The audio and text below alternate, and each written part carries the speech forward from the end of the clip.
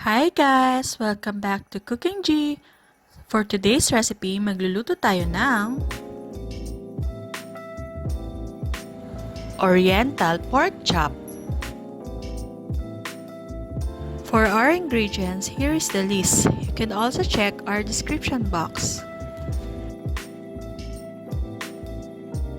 Umpisahan na natin ang pagluluto. In a bowl, mix pineapple juice, soy sauce, garlic, and ginger, then mix it well.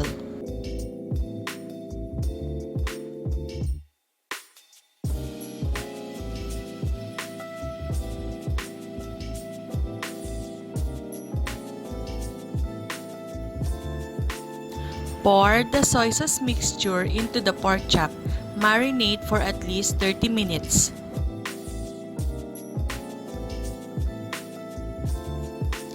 Heat oil in a pan.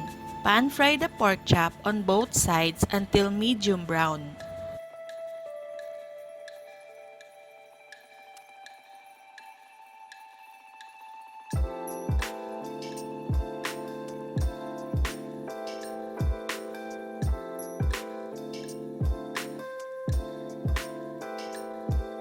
When cooked, set it aside, then fry the rest of the pork chop.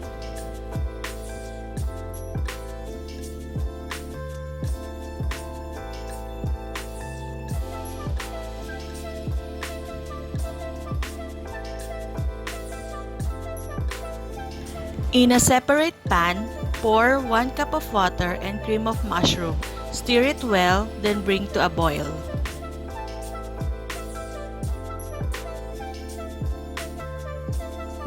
When boiling, put back the pork chop, then cover and simmer for 30 minutes or until the sauce thickens.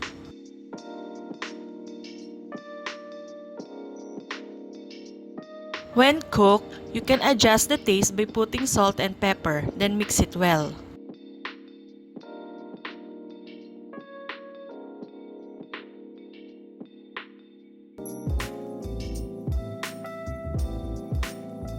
Luto na! Share it with your family and loved ones.